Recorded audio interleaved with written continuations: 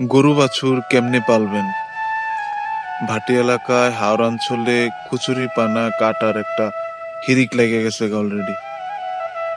বিশাল হিরিক, হ্যাঁ। এই যে এতে তো ক্ষেত জমি জমা পানির নিচে তলায় গেছে, পর্যাপ্ত পরিমাণে খড় এগুলো উঠাইতে পারে নাই।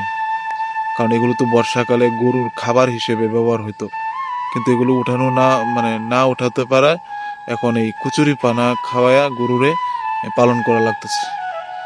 এছাড়া কি খাওয়াইবো? কিছু নাই তো।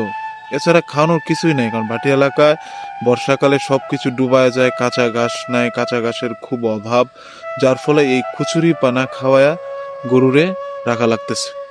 এখন এই কুচুরি পানা ডাক্তাররা না করেন, নিষেধ করেন যে এটা খাওয়াইলে পরে শরীরে থেকে ক্যালসিয়াম বা পর্যাপ্ত পরিমাণে পানি বের হয়ে আসে, তবুও খাওয়ানো লাগতেছে। কি করা, নাই মামার চেয়ে খানা মামা ভালো আর কি।